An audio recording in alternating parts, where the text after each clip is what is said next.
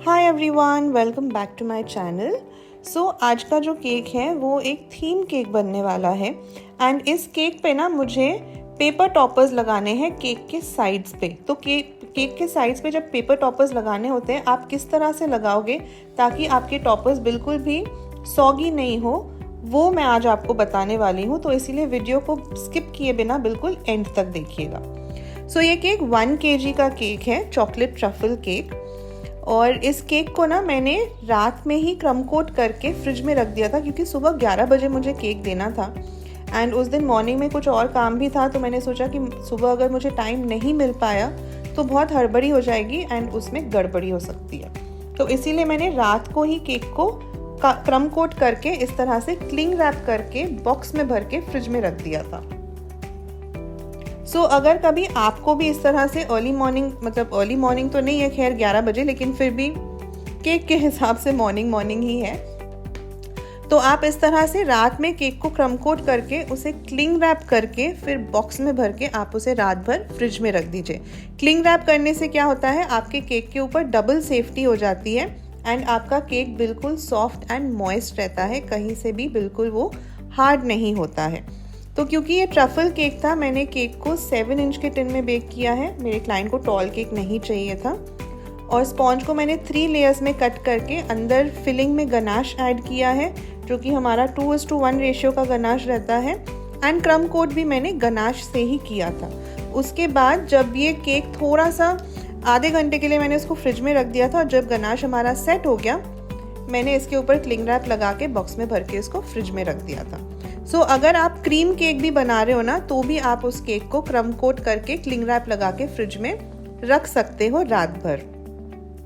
अब final frosting के लिए मैंने यहाँ पे क्रीम में थोड़ा सा येलो कलर मिक्स किया है ताकि हमारा क्रीम जो है वो थोड़ा ऑफ वाइट कलर का हो जाए, क्योंकि इसके ऊपर जो टॉपर्स लगने हैं ना वो बहुत कलरफुल है। और लास्ट ईयर भी मैंने इस सेम बर्थडे गर्ल के लिए सेम थीम वाला केक बनाया था जो कि पर्पल पिंकिश शेड में था। तो मैंने सोचा कि इस बार केक थोड़ा डिफरेंट लगना चाहिए। तो इस तरह से क्रीम में मैंने थोड़ा सा येलो जेल कलर मिक्स कर लिया है एंड अब पाइपिंग बैग में भर के इस पूरी केक को हम पहले इस क्रीम से कवर करेंगे और उसके बाद स्पैचुला एंड पैलेट नाइफ की मदद से इस फ्रॉस्टिंग को हम अच्छे से केक के ऊपर स्प्रेड कर देंगे और इसे हम स्मूथ कर लेंगे। अब सिलिकॉन ब्रश लेके मैंने टॉप पे थोड़ा सा पैटर्न बना लिया है एंड एक कोम लेके, जो हमारा केक कोम आता है, उससे मैंने साइड में थोड़ा सा डिज़ाइन दे दिया है। अब बारी है केक के साइड्स में हमारे पेपर टॉपर्स को लगाने की। सो जो ग्लॉसी शीट अवेलेबल होता है मोस्टली प्रिंटिंग शॉप्स में, स्टेशनरी शॉप्स में, वहाँ से मैंने प्रिंट आउट निकलवा लिया था ऐसे ग्लॉसी पेपर के ऊपर, क्योंकि वो देखने में और अच्छे लगते हैं। और इनको मैंने कट आउट कर लिया है। तो यहाँ पे सारे जो माई पोनी के कैरेक्टर्स होते हैं, इसमें सारे कैरेक्टर्स हैं एंड इनको मैंने कट आउट करने के बाद ना इनके पीछे सेलो टेप लगा लिया है। तो सेलो टेप लगाने से क्या होता है, जब आपके ये प्रिंट आउट क्रीम के कांटेक्ट में आते हैं ना, तो सेलो टेप बेसिकली आपके पेपर टॉपर्स को सॉगी होने से बचाता है। तो इनको मतलब केक के ऊपर लगा के आप इसे फ्रिज में भी रख सकते हो, आपके पेपर टॉपर्स बिल्कुल ख़राब नहीं होंगे। वरना आप देखोगे अगर आप इसके पीछे सेलो टेप नहीं लगाओगे और ऐसे ही चिपका दोगे ना इनको क्रीम के ऊपर, तो थोड़ी देर में ये बिल्कुल मतलब सॉगी से लगने लगता है और देखने में बिल्कुल अच्छा नहीं लगता है। तो यहाँ पे मैं ये सारे कैरेक्टर्स स्टिक कर रही हूँ। मैं हमेशा की तरह 2-3 प्रिंट आउट्स एक्स्ट्रा ही निकलवाती हूँ क्योंकि एक शीट मुझे निकालना था। तो मैंने सोचा कि एक शीट में जितने फिट आ जाते हैं मैं निकाल लेती हूँ, क्योंकि शुगर शीट जैसा तो है नहीं कि इसमें आप हाफ शीट ले सकते हो, फुल शीट ही मुझे लेना था। तो सारे प्रिंट आउट्स मैंने निकाल लिए थे और इस तरह से अब मैं इन्हें केक के ऊपर लगा रही हूँ। तो जब तक मैं इन्हें केक के ऊपर प्लेस कर रही हूँ, आप ये देख लीजिए कि मैंने फॉन्डेंट का रेनबो कैसे बनाया है, क्योंकि वो भी केक के ऊपर हमें सेट करना है।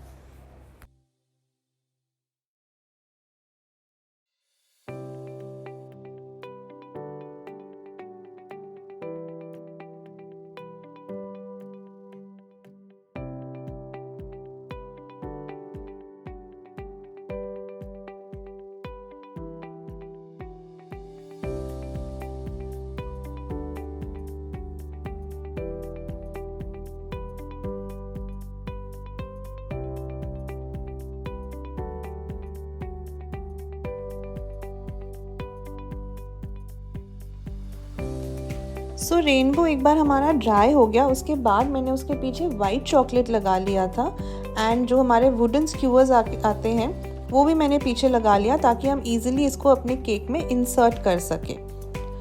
तो इस तरह से जब हम चॉकलेट लगाते हैं ना फॉन्डेंट टॉपर्स के पीछे, तो हमारा टॉपर्स बिल्कुल सिक्योर हो जाता है। उसके बाद आप चाहे उसे केक के टॉप पे प्लेस करो या केक के साइड में स्टिक करो, हमारा फॉन्डेंट जो है वो ईजिली सॉफ्ट नहीं होता है। तो वैसे तो केक हमारा रेडी हो गया था, लेकिन मुझे ना इसमें कुछ मिसिंग सा लग रहा था। तो मैंने क्या किया, मेरे पास कुछ स्टार शेप के स्प्रिंकल्स थे कलरफुल वाले, तो वो स्प्रिंकल्स मैंने लिए एंड मैंने उनको कुछ केक के ऊपर एंड कुछ केक के साइड्स में लगा दिया और उसके बाद हमारा केक पूरा कंप्लीट हो चुका था। सो ये केक आप लोग को कैसा लगा कमेंट सेक्शन में ज़रूर बताइएगा, क्योंकि मुझे आप लोग के कमेंट्स का इंतज़ार रहता है। उसी से पता चलता है कि आप लोग को मेरे वीडियोस अच्छे लग रहे हैं कि नहीं। और कुछ नहीं तो एक हाई ही लिख दीजिएगा ताकि मुझे ये पता लगे कि कौन लोग हैं जो रेगुलरली मेरे वीडियोस देखते हैं। तो एक ऑनलाइन जान पहचान सी हो जाती है आप लोग के साथ। सो नॉर्मली इस तरह के जब मैं केक्स बनाती हूँ ना फॉन्डेंट टॉपर्स के साथ, अगर मुझे पता होता है कि क्लाइंट कितनी देर में कट करने वाले हैं, लाइक अगर मेरे डिलीवरी के और केक कटिंग के बीच में काफ़ी टाइम है, तो मैं फॉन्डेंट टॉपर्स को ना अलग से पैक करके देती हूँ एंड क्लाइंट को बता देती हूँ कि क्योंकि फॉन्डेंट फ्रिज में जाने से सॉफ्ट हो जाता है, इसीलिए मैं उन्हें अलग से दे रही हूँ। आप बस केक कटिंग के पहले इन्हें केक के ऊपर प्लेस कर देना। तो मैं पूरा केक असेंबल करके फ़ोटो खींच के क्लाइंट को भेज देती हूँ ताकि उन्हें पता चले कि कौन सा टॉपर कहाँ पे प्लेस करना है। लेकिन इस केक के केस में ना मैंने क्लाइंट को कॉल करके पूछ लिया था एंड उन्होंने कहा था कि हम आधे एक घंटे के अंदर ही केक कट करने वाले हैं। तो मैंने कहा कि फिर मैं केक को पूरा असेंबल करके ही आपको भेज रही हूँ एंड आप उसको 1 घंटे तक फ्रिज में रख सकते हैं, कोई प्रॉब्लम नहीं होगी, क्योंकि इसके पीछे हमने चॉकलेट लगाया है एंड फॉन्डेंट हमारा काफ़ी अच्छे से सेट हो चुका था। सो अब इस केक को पैक करने के लिए ना मैंने रेगुलर हमारा जो 10 इंच का विंडो बॉक्स आता है वो लिया है एंड मैं जब भी इस तरह से पैकिंग करती हूँ जहाँ पे हमारा जो केक है उसकी हाइट हमारे बॉक्स से ज़्यादा है, तो मैं क्या करती हूँ, मैं जस्ट साइड से ना फ्लैप को थोड़ा सा उठा के उसे पैक करती हूँ और इस तरह से पैक करती हूँ कि हमारा जो विंडो बॉक्स का टॉप पार्ट है वो कभी भी हमारे फॉन्डेंट टॉपर्स को या शुगर शीट टॉपर्स, जो भी हमने टॉपर्स लगाए हैं, उसको टच नहीं करना चाहिए, बीच में थोड़ा सा गैप रहना चाहिए। तो देखिए इस तरह से मैंने साइड में, दोनों साइड में सेलो टेप लगा दिया है एंड सामने की तरफ जो गैप था वहाँ पे मैंने क्लिंग रैप लगा दिया है ताकि हमारे केक में किसी तरह का धूल मिट्टी डस्ट कुछ भी नहीं जाए और हमारा केक जो है वो बिल्कुल सिक्योर एंड क्लीन रहे। तो जब भी आपको इस तरह की केक्स की पैकिंग करनी होती है एंड अगर आपके पास टॉल केक बॉक्स नहीं है तो आप इस तरह से पैक कर सकते हो। हाँ, लेकिन अगर केक की हाइट इससे ज़्यादा होती तो मैं दोनों बॉक्सेस को जॉइन करके, जैसे हम हार्ट शेप का एक बॉक्स बनाते हैं वैसे बना के फिर मैं इसे पैक करती।